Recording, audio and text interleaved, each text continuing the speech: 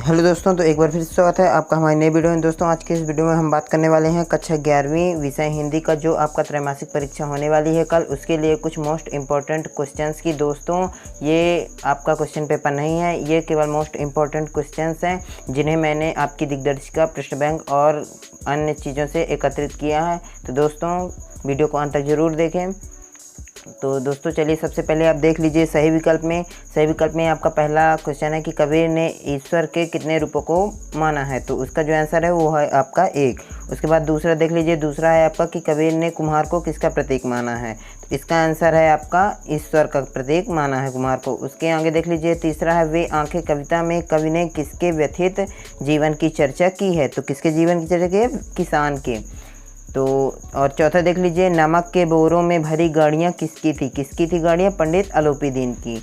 उसके बाद अगला जो क्वेश्चन है आपका कि किस्म की रोटियां बनाने का इल्म नसीरुद्दीन ने किससे सीखा था? वालिद से सीखा था आपने।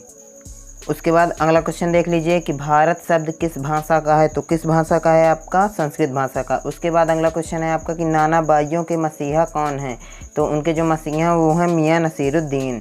फिर दोस्तों देख लीजिए अगला क्वेश्चन है आपका कि लता मंगेशकर के पिताजी का क्या नाम था उनका? दीनानाथ।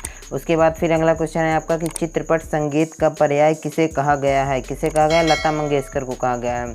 उसके बाद अगला क्वेश्चन देख लीजिए कि राजस्थान में धरातल में समाई वर्षा को नापने में किस शब्द का प्रयोग होता है। तो इसका जो आंसर है आपका रेजा शब्द का प्रयोग होता है। दोस्तों यदि आप हमारे चैनल पर नए हैं तो चैनल को सब्सक्राइब जरूर कर दें और बेल आइकन को भी जरूर प्रेस कर दें।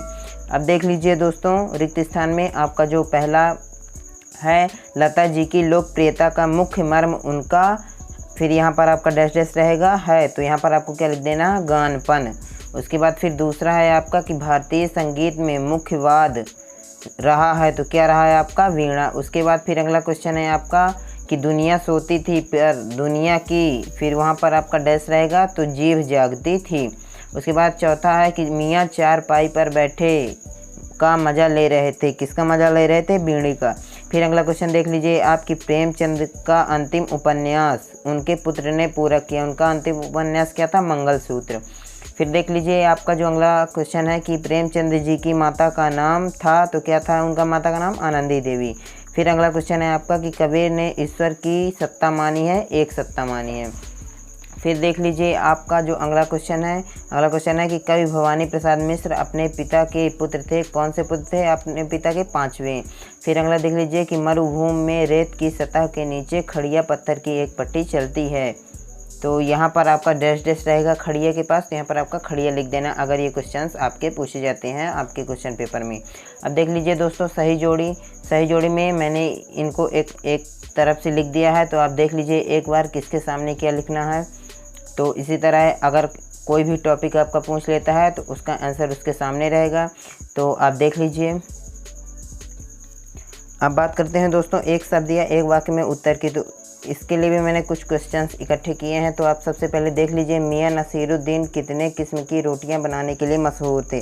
तो 56 किस्म की रोटियां बनाने के लिए मशहूर थे। उसके बाद फिर अगला क्वेश्चन है आपका कि धनराम किस जाति से था। किस जाति से था? वो लुहार जाति से था। फिर अगला क्वेश्चन देख लीजिए आपकी कबीर ने संसार को क्या कहकर संबोधित किया है। तो बावला कहकर संसार को संबोधित किया है। फिर अगला क्वेश्चन देख लीजिए आपकी संचार क्या है। दोस्तों ये क्वेश्चन आपका जनसंचार एवं माध्यम जो आपकी बुक है उससे लिया गया है। उससे भी क्योंकि आपके क्वेश्चंस पूछे जाएंगे तो इसलिए मैंने उससे भी क्वेश्चंस ले लिए हैं। तो इसका जो क्वेश्चन है देख लीजिए संचार क्या है, तो आंसर देख लीजिए। उसके बाद फिर पत्रकारिता किसका प्रतिबिंब है। तो वो आपका यथार्थ का प्रतिबिंब है। फिर इसमें भी आपका 6वां क्वेश्चन है कि कवि भवानी प्रसाद मिश्र के परिवार में कितने सदस्य हैं। तो वो 11 सदस्य हैं।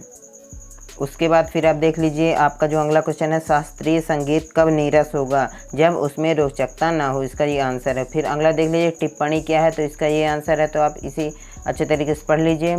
अब बात करते हैं दोस्तों सब्जेक्टिव क्वेश्चंस की। तो आप एक बार इन्हें भी ज़रूर देख लीजिए और इन्हें भी पेपर देने जाने से पहले एक बार तैयार कर लीजिए, क्योंकि ये बहुत ही इंपॉर्टेंट क्वेश्चंस हैं आपके पेपर के लिए। और भी क्वेश्चंस हैं तो इन्हें भी आप देख लीजिए। एक करके मैं आपको सभी क्वेश्चंस दिखा रहा हूँ। उसके बाद आप देख लीजिए अंतिम में आपका कवि परिचय और लेखक परिचय। तो आपको इन मोस्ट जो कवि हैं उनके मैंने लेखक परिचय, कवि परिचय लिखने के लिए बोला है। तो आप इन्हें एक बार इनके जीवन परिचय देख लीजिए एक बार, क्योंकि आपके पेपर में ये भी बहुत ज़रूरी है, पूछा जाता है। तो दोस्तों वीडियो अच्छी लगी तो लाइक शेयर कमेंट करना ना भूलें, और यदि आपने अभी तक हमारे चैनल को सब्सक्राइब नहीं किया तो हमारे चैनल को सब्सक्राइब कर लीजिए और बेल आइकन को भी प्रेस कर लीजिए, क्योंकि कल जब मैं पेपर अपलोड होने के बाद आपका रियल पेपर का आंसर सॉल्यूशन बताऊंगा तो उसका नोटिफिकेशन आपको सबसे पहले मिले। वीडियो को अंत तक देखने के लिए बहुत बहुत धन्यवाद। जय हिंद, जय भारत।